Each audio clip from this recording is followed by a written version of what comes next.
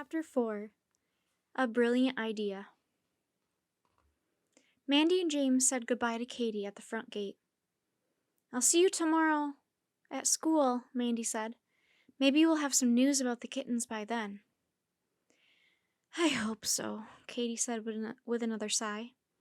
Mandy and James made their way up the hill to Lilac Cottage, where Grandma and Grandpa lived. Their car was in the driveway. Grandpa's bike was leaning up against the wall.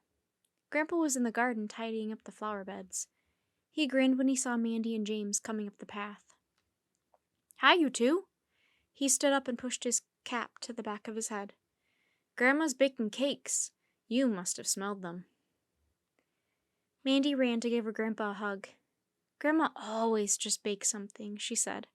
"True," Grandpa laughed. "She's gone crazy today, though. She baked enough for an army." "Is there a village party or something?" James asked. Grandpa shook his head. "No, they're for Westmore House, the old folks' home. One of the residents is 100 years old this week, and they're having a party." "Wow," said James. His eyes were wide behind his glasses. 100? "I bet she's baked 100 cakes then," Mandy said, laughing. "Let's go and see."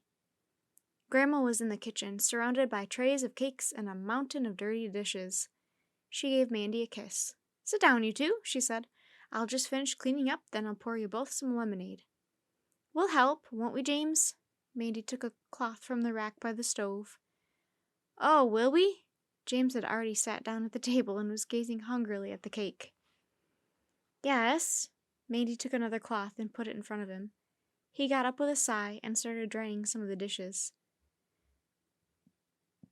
"Where have you been, Mandy?" Grandma asked. She dried her hands, then went over to the refrigerator. She got out a pitcher of homemade lemonade and put it on the table. Mandy explained about the kittens. "Why don't you have one, Grandma?" she said. "They're so sweet, and it wouldn't be any trouble." Grandma shook her head. "I'm sorry, Mandy. You know how we love going away on vacation, and we'd hate to be tied down with a pet." "I'd look after it if you were away," Mandy said. Grandma shook her head again. "Sorry, Mandy. If you own a pet, you have to be responsible for it yourself, not rely on other people." Mandy sighed. Grandma was right, of course.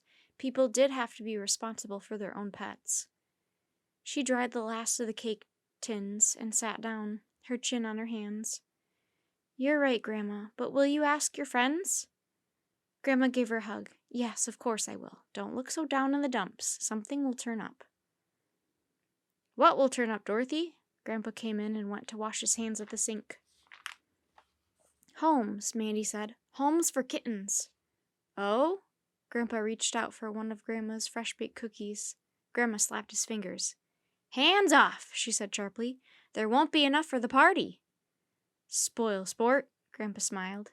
He looked at the clock. "I'm going to watch the football game on television. Come in, James?"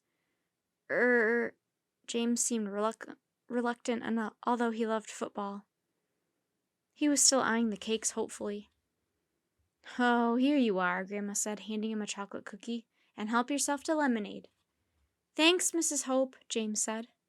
"Don't forget we've got to load all these into the car and take them over to Westmore House," Grandma called, as Grandpa disappeared into the front room. James followed, a glass of lemonade in one hand, his half-eaten cookie in the other. "I won't," Grandpa called back. "Just let me know when you're ready." Mandy still sat at the table looking glum. "Cheer up, Mandy," Grandma said. She began packing the cakes and cookies into tins. "How long have you got to find homes for these kittens?" "Only a couple of days." Mandy was beginning to feel desperate. "They're moving on Saturday." "Saturday?" Grandma put a cookie on a plate and gave it to Mandy. "We'd better get a move on then." "Yes," Mandy said. She took a bite of the cookie. It was delicious. "Well, I'm going to a meeting later this evening, once I've delivered these goodies to Westmore House. I'll ask everyone at the meeting if you like." "Thanks, Grandma. You're the best." Grandma peered at Mandy over the top of her glasses. "Well, we'll see about that. Don't count your chickens before they're hatched." "Don't count your kittens either, you mean," Mandy said. When all the cakes and cookies were packed away, Mandy and James helped put them in the car. "We could drop you off on the way if you like," Grandpa said. I need to drop by to see your dad anyway, Mandy. Want a ride too, James? Yes, please. They dropped James off first. Blackie was standing with his nose through the gate. That puppy gets bigger every day, Grandma said, waving goodbye to James. And naughtier, Mandy said. See you tomorrow, she called as James went up the path with Blackie at his heels. When they got to Animal Ark, Dr. Emily was just going out on an emergency call. Dad had to go out too, she said as she came through the gate. I was just coming to find you, Mandy. She can come with us if you like, Grandma said through the car window. Then we'll stay with her until you get back. I'd be really grateful, Dr. Emily said. Is that all right, Mandy? Fine, Mandy said. She turned to her grandma. I'll help you unload the cakes if you like. That would be a great help, Grandma said. Westmore House was about a mile outside of the village. It was a big Victorian house that had recently been turned into a senior citizens' nursing home.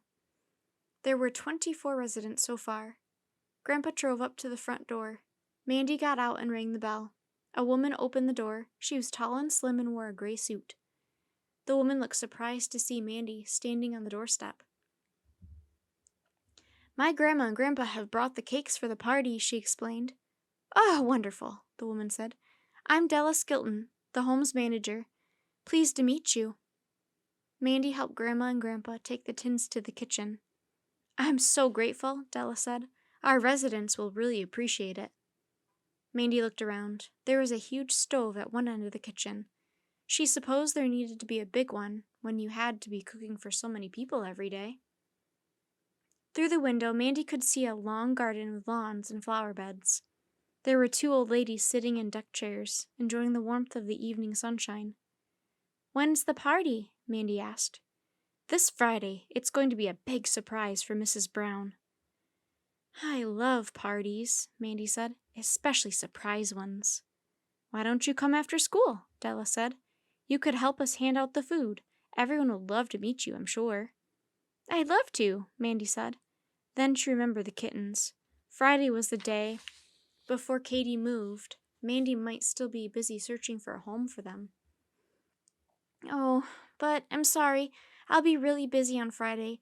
I'd like to come another day, though, if I could. Della smiled. Come any time, Mandy. The residents love to see young people. Some of them don't have any families, you see. And even though they all live together here, some of them feel quite lonely. Mandy felt sad. It must be horrible not to have any family. She was lucky. She had her mom and dad and her grandparents. She had James, too, and other friends at school. Then there were James's pets, Blackie and Benji, Walter's cats, Terry and Jerry the gerbils, and all the other animals she knew. They were her friends, too. I'll come as soon as I can, she said. Would that be all right, Grandma? Grandma smiled. Yes, of course it would, Mandy.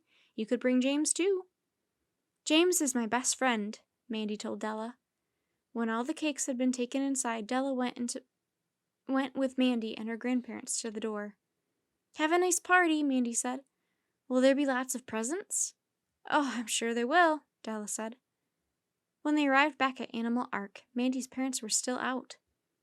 It must be almost your bedtime, Grandma said as they went in through the back door. You run up and get ready, and I'll make you a warm drink. Then I must be off to my meeting. Thanks, Grandma. Mandy kissed her grandma, then ran upstairs to change into her pajamas. She took her big old teddy bear off the bed and gave him a hug. Mandy's school bag was on the chair. She took out her project sheet and gazed at it thoughtfully. She would have a lot to write in her journal today, finding out about the kittens, going to see them, then going to Westmore House. She would write it before she went to sleep. Maybe tomorrow she might find homes for the kittens. Now that really would be something to put in her journal. Downstairs, Grandpa was watching TV. Mandy went and sat on the floor by his feet. She sipped her hot chocolate. Grandma made the best hot chocolate. Mandy was still thinking about the kittens. She just could not get the sweet furry creatures out of her mind. Suddenly, Grandpa gave a great laugh at the television. Therapy dogs, he exclaimed. Have you ever heard of such a thing?